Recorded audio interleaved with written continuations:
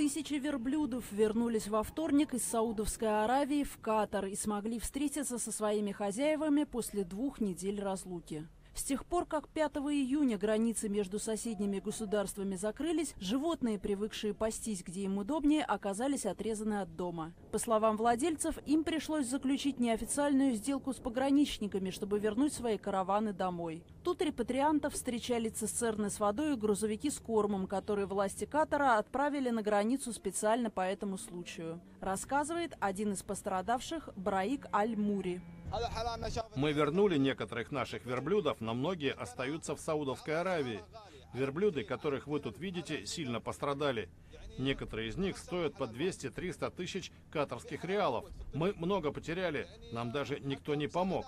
Они просто закрыли границу между нами и нашими верблюдами и не разрешили нам с ними воссоединиться. В пересчете на российские рубли цена на верблюда варьируется от 12 до 18 тысяч. Сотни катарцев привыкли пасти животных в пустыне на востоке Саудовской Аравии. Призового верблюда можно продать чуть ли не в десятки раз дороже первичной стоимости. Неудивительно, что многие заводчики переживали из-за грозящих убытков.